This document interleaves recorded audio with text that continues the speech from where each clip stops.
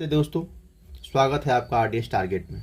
आइए हम class 10th के मैथ में प्रश्नावली 1.2 आज पढ़ेंगे और आज हम उसका परिचय देखेंगे। तो चलिए स्टार्ट करते हैं। प्रश्नावली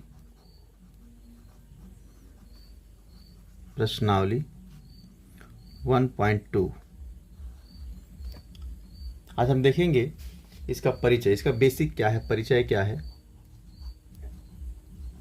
परिचय आप देखेंगे कि प्रश्नावली 1.1 में हमने सीखा था यूक्लिड विभाजन प्रमेय का, और 1.2 में हमको पढ़ना है यहाँ पे अंकगणित की आधारभूत प्रमेय पढ़ना है हमको।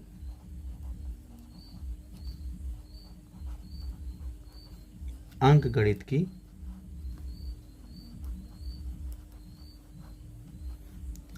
की आधारभूत प्रमेय, ठीक है, इसको हमको पढ़ना है। आपकी किताब में जो यह दिया हुआ है अंकगणित का आधारभूत प्रमेय, उसको प्रमेय 1.2 कहा है। प्रमेय 1.2 इसका नाम भी है प्रमेय 1.2। हम देखेंगे इसमें हम मुख्य रूप से पढ़ते क्या हैं। तो इसमें हम पढ़ते हैं अभाज्य गुणनखंड। क्या पढ़ते हैं आप इसमें? अभाज्य गुणनखंड पढ़ते हैं। अभाज्य गुणनखंड। तो सबसे पहले हम समझेंगे कि अभाज्य गुणनखंड क्या होता है, ठीक है। तो अभाज्य गुणनखंड हम ये कह सकते हैं कि या फिर आप लिख के देख लीजिए, यहाँ पे मैं लिख दे रहा हूँ, आप समझ लीजिए, उसको मैं समझा दे रहा हूँ। कहेंगे हम कि प्रत्येक भाज्य संख्या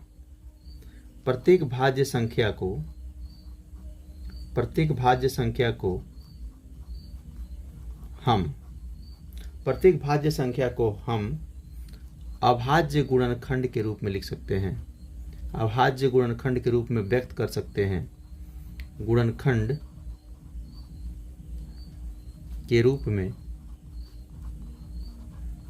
रूप में व्यक्त कर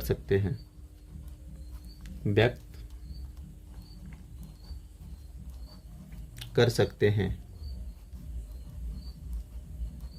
ठीक है। भाज्य संख्या को हम अभाज्य गुणनखंड में लिखते हैं। तो चलिए थोड़ा सा हम समझते हैं भाज्य और अभाज्य संख्या क्या होती है, ठीक है। देखिए, भाज्य संख्या जो होती है, भाज्य संख्या को हम इंग्लिश में बोलते हैं कंपोजिट नंबर। इसको बोलते हैं कंपोजिट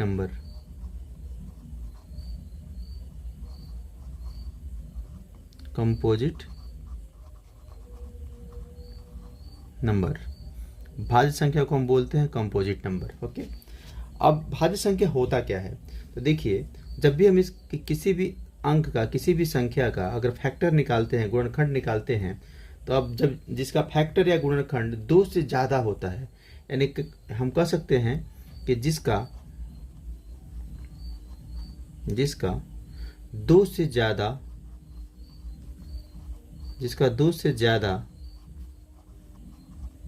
फैक्टर हो, जिसका 2 से ज़्यादा फैक्टर होते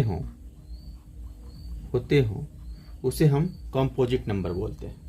कंपोजिट नंबर, जैसे कि मैं आपसे कहूँ कि 4, देखिए 4, 6, 8, 10, ठीक है। आप इसका गुणनखंड निकालिए, आप इसका फैक्टर निकालिए। 4 का क्या होगा? 4 का गुणनखंड देखिए, 1 से भी 4 कटता है, 2 से भी कटता है और 4 से भी कट जाता है। 6 को देखिए, 1 से कटेगा, 2 से कटेगा, 3 से कटेगा और 6 खुद से कट जाएगा। 8 देखिए, 8 2 से कटेगा, 8 4 से कटेगा, 8 8 से कटेगा। वैसे 10 देखिए, 10 जो है 2 से कटेगा, 5 से कटेगा और 10 से कटेगा। हम देख रहे हैं कि प्रत्येक जो अंक है वह 1 से ज़्यादा इसके फैक्टर हैं। तो जिसके 2 से ज़्यादा फैक्टर हैं, इसके 3 फैक्टर हैं, इसके 4 फैक्टर हैं, इसके 3 फैक्टर हैं, इसके 3 फैक्टर हैं। जिसका 2 से ज़्यादा फैक्टर हो उसे हम क्या बोलते हैं? कंपोजिट नंबर बोलते हैं, भाज्य संख्या बोलते हैं। वही दूसरी तरफ हम अभाज्य संख्या थोड़ा समझने का प्रयत्न करेंगे। अभाज्य संख्या क्या होता है? अभाज्य संख्या,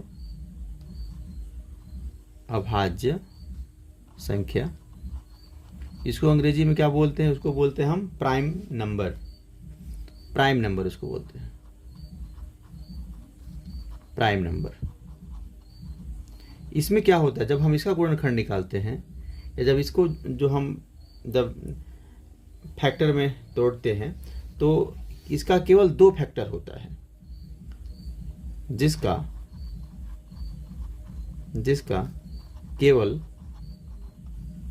केवल 2 फैक्टर होता हो, 2 गुणनखंड होता हो, 2 फैक्टर होता हो, उसे हम क्या बोलते हैं? अभाज्य संख्या बोलते हैं। जैसे कि मैं देख रहा हूं, आप देखिए कि 2 को तोड़िए, 2 एक से जाएगा और खुद 2 से जाएगा। 3 1 से जाएगा और खुद 3 से जाएगा। 5 1 से कटेगा और 5 से कटेगा।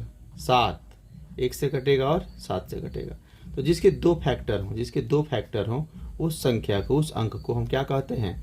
अभाज्य संख्या बोलते हैं, प्राइम नंबर बोलते हैं। ठीक है। अच्छा, एक इसमें एक्सेप्शन है। एक जो संख्या होता है, एक जो अंक होता है, एक, ठीक है, उसको अपवाद बोलते हैं, अपवाद, एक्सेप्शन उसको बोलते हैं, अपवाद। अब देखो आप, एक जो है ना, एक नहीं भाज्य होता है, एक नहीं भाज्य तथा न ही अभाज्य होता है, नहीं अभाज्य होता है। अगर भाज्य हम कहेंगे तो भाज्य कहेंगे, अगर एक को भाज्य के रूप में देखेंगे तो जिसका 2 से ज़्यादा फैक्टर हो। एक का तो केवल 1 फैक्टर होता है, एक तो केवल 1 से कटता है और किसी से कटता नहीं है, और जिसका केवल 2 फैक्टर हो उसको हम अभाज्य बोलते हैं। तो यह भी नहीं हो पाएगा। तो आप याद रखेंगे, ये अपवाद है, एक्सेप्शन है कि एक ना ही भाज्य होता है और ना ही अभाज्य होता है। आइए हम देखते हैं इसमें जो ये कह रहा है कि प्रत्येक भाज्य संख्या को हम अभाज्य गुणनखंड के रूप में व्यक्त कर सकते हैं। तो कुछ मैं भाज्य संख्या ले रहा हूँ और उसको देख रहा हूँ, उसको तोड़ के कि क्या वो अभाज्य संख्या में टूट रहा है।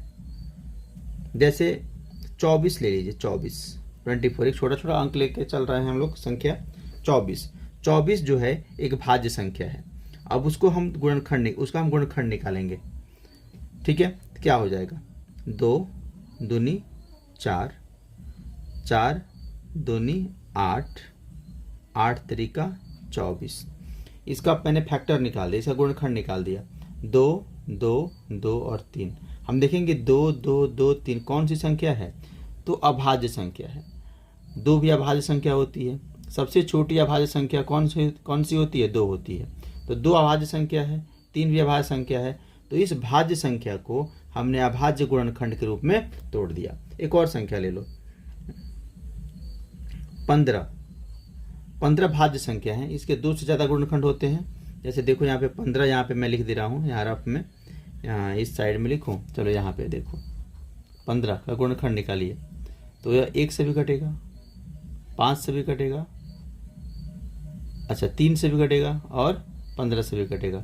तो इसके 4 गुणनखंड हो गए, इसके 4 फैक्टर हो गए। तो मेरे कहने का अर्थ है कि 15 जो है भाज्य संख्या है। अब इस भाज्य संख्या को जब हम गुणनखंड के रूप में निकालेंगे तो अभाज्य गुणनखंड के रूप में टूटेगा। देखो 3 गुणे 5, 3 भी अभाज्य अंक, 5 भी अभाज्य अंक। तो वैसे तो प्रत्येक भाज्य संख्या को हम अभाज्य गुणनखंड के रूप में लिख सकते हैं। ठीक है, चाहे दुनिया का कोई भी नंबर हो। चलो एक और लिखे, 18 देखो, 18 भाज्य संख्या है। ठीक है, यहाँ पे देखो 2 से भी कट जाएगा, 3 से भी, 6 से भी, खुद 18 से भी। ठीक है, 18 से भी। तो हम कहेंगे कि कोई भी, अरे यार क्या कर दिया, 2 3 6, ये मैं उल्टा बना दिया। देखो यहाँ पे क्या कर दिया मैं, देखो फिर से देखिए, 2 3 6, 6 तरीका 18 ना होगा। मैं यहाँ पे फैक्टर निकालने लगा, 2 3 6, 6 तरीका 18। तो यह जो भी आया है ना, जो भी आया है, तो इस भाज्य संख्या को हम अभाज्य गुणनखंड के रूप में हमने लिख दिया। तो आप कहेंगे कि दुनिया का कोई भी भाज्य संख्या, दुनिया का कोई भी कंपोजिट नंबर, उसको अगर उसका गुणनखंड निकालना है तो अभाज्य के रूप में निकलता है। इतना हो गया, आपने समझ लिया। अब देखिए हम चलते हैं, अब थोड़ा सा और इसमें क्या सीखा जाए। चलो एलसीएम देखते हैं। एलसीएम यहाँ पे लिख रहा हूँ, एलसीएम। एलसीएम एलसीएम का फुल फॉर्म होता है list common multiple. LCM, LCM, इसका फुल फॉर्म क्या होता है? List, LEAST, list common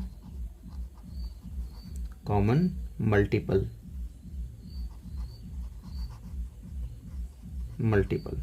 list का अर्थ क्या होता है? लिस्ट का अर्थ होता है सबसे छोटा, सबसे छोटा, सबसे छोटा। कॉमन का अर्थ होता है कि जो दोनों में हो, ठीक है, उभयनिष्ठ जिसको हिंदी में बोलते हैं। और मल्टीपल का क्या अर्थ होता है? मल्टीपल का अर्थ होता है गुणज, या फिर पहाड़ा का होना, पहाड़ा, टेबल, ठीक है, मल्टीपल। अब क्या देखिएगा, जैसे मान लीजिए मैं कहूँ कि आप 20 और 25 का एलसीएम निकालिए। चलिए 20 का और 25 का मैं कह रहा हूँ कि 20 और 25 का एलसीएम निकालो। 20, एक क्वेश्चन दे रहा हूँ आपको, कहूँगा कि 20 और 25 का एलसीएम निकालिए। एलसीएम कैसे निकालेंगे आप?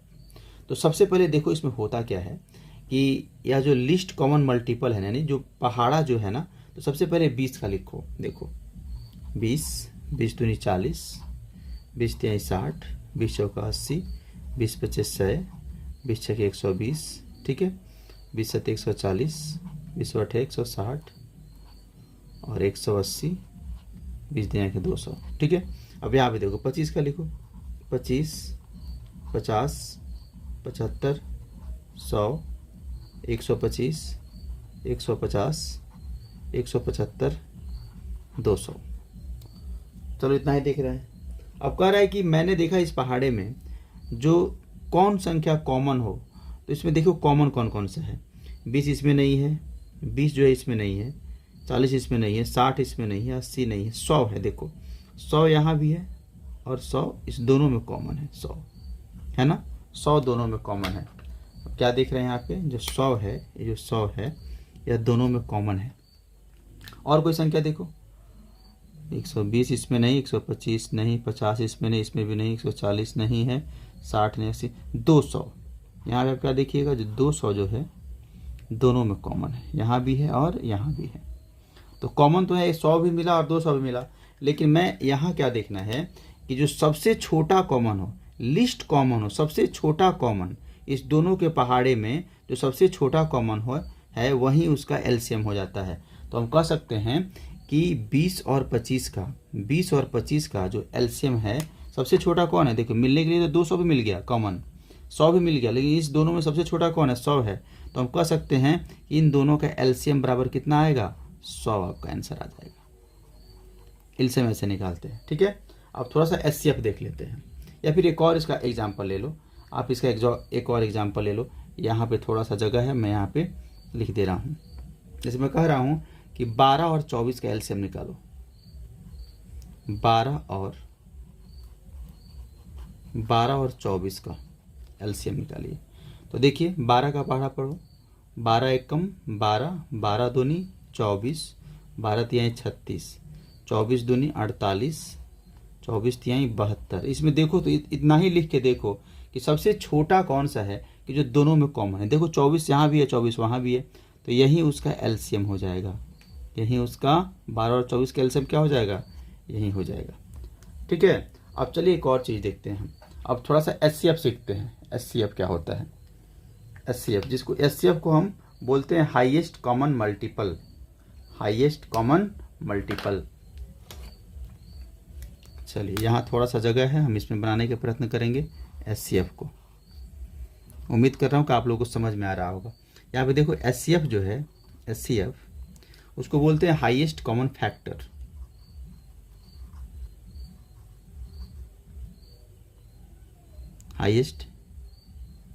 Highest common factor. अब देखो यहाँ फैक्टर निकालना है। जो सबसे बड़ा है, कॉमन हो। अब यहाँ पे एक छोटी सी संख्या लो, मैं कह रहा हूँ कि 8 और 12 का एचसीएफ निकालो। आप 8 और 12 का एचसीएफ निकालो। देखो अब यहाँ पे एक, चलो ऐसे देखते हैं, 8 का पहले आप गुणनखंड निकालो। 8 का क्या हो जाएगा, 2 चौका 8, 2 दूनी 4। इसका गुणनखंड क्या हो जाएगा, 2 गुणे 2 गुणे 2। और 12 का गुणनखंड निकालो, क्या हो जाएगा, 2 छक्के 12 और 2 तिहाई 6। इसका क्या हो जाएगा गुणनखंड, 12 का हो जाएगा आपको 2 गुणे 3। आप देखेंगे इस दोनों में क्या कॉमन है, 2 यहाँ भी है, 2 यहाँ भी है, 2 यहाँ भी है, 2 यहाँ भी है। इसके अलावा और कुछ नहीं मिल रहा है, तो इसका एचसीएफ हो जाएगा, एचसीएफ यहाँ पे भी 2 मिला यहाँ पे, तो इसके लिए लिखिए आप 2 और इस दोनों के लिए 1 2, तो 2 दूनी 4, 4 इसका एचसीएफ हो जाएगा। ठीक है। वैसे एचसीएफ का अर्थ एक और होता है, मैंने इसको बनाने का एक और तरीका है। जैसे 8 और 12 का मैंने एचसीएफ निकाला, ठीक है, 8 और 12 का एचसीएफ निकाला, तो हम क्या देखते हैं क्या कि कौन सी ऐसी बड़ी संख्या, हाईएस्ट कौन सी संख्या है जो इस दोनों को फैक्टर करे, इस दोनों को काटे। देखो यहाँ पे 2 4, देखो 4 दूनी 8 और 4 तिहाई 12, इससे बड़ी कोई संख्या नहीं है जो दोनों को काट दे, तो यह हो जाएगा 4 इसका एचसीएफ हो जाएगा। ठीक है। अगर इसी को अगर कहेगा बाबू, इसी को कहेगा कि 8 और 12 का एलसीएम निकालिए, 8 और 12 का एलसीएम, तो क्या कीजिएगा, 8 और 12 का अगर कहेगा आपसे एलसीएम निकालने के लिए, तो अब क्या कीजिएगा, 8 और 12 का सबसे पहले ऐसे निकालो। देखो 8 का आपने यहाँ पे आपने निकाला था, यहाँ भी देख लेते हैं, 2 चौका 8, 2 दूनी 4। 12 का देखेंगे, 2 छक्के 12, 2 तिहाई 6। यहाँ पे जो देखेंगे अगर एचसीएफ कहेगा, एचसीएफ, तो जो दोनों में कॉमन हो, जैसे हमने यहाँ कॉमन निकाला था, 2 यहाँ भी है, 2 यहाँ भी है, तो इसके लिए 1 2 लिखेंगे, 2 यहाँ भी है, 2 यहाँ भी है, तो इसके लिए भी 1 2 लिख देंगे, तो 2 दूनी 4, 4 इसका एचसीएफ हो जाएगा। लेकिन अगर जैसे इसका एलसीएम पूछेगा, एलसीएम, तो अब क्या देखिएगा कि जो इसका एचसीएफ आया है 4, उसको लिख दीजिए, और उसके बाद जो बच गया, क्या बचा है, इस 2 को तो मैंने यहाँ पे लिख दिया है, और इस 2 को मैं यहाँ पे लिख दिया, ये 4 हो गया। तो एलसीएम में क्या कीजिएगा, जो इसका एचसीएफ होता है उसको लिख देते हैं, और जो बाकी जो अंक बच जाता है, बाकी जो इसका गुणनखंड बच जाता है 2 और 3, उसका भी मल्टीप्लाई कर देते हैं, वह उसका एचसीएफ हो जाएगा, सॉरी एलसीएम हो जाएगा। तो 4 दूनी 8, 8 तरीका 24, 8 और 12 का क्या हो जाएगा, एलसीएम 24। आप ऐसे ही बनाकर देख लीजिए, 8 और 12 का एलसीएम निकालिए। कैसे निकालते हैं आप, 2 चौका 8, 2 छक्के 12, फिर उसके बाद 2 दूनी 4, 2 तिहाई 6, 2 दूनी 4, 4 दूनी 8, 8 तरीका 24। उम्मीद करता हूँ कि यह प्रोसेस समझ में आया होगा। इस प्रक्रिया को, एलसीएम और एचसीएफ निकालने की प्रक्रिया को हम इसके 1.2 जब चैप्टर सॉल्व करेंगे तो उसमें हम प्रयोग करेंगे। ठीक है, आप इसका नोट्स बना लीजिएगा, ज़्यादा फायदेमंद होगा। ठीक है बाबू, थैंक यू।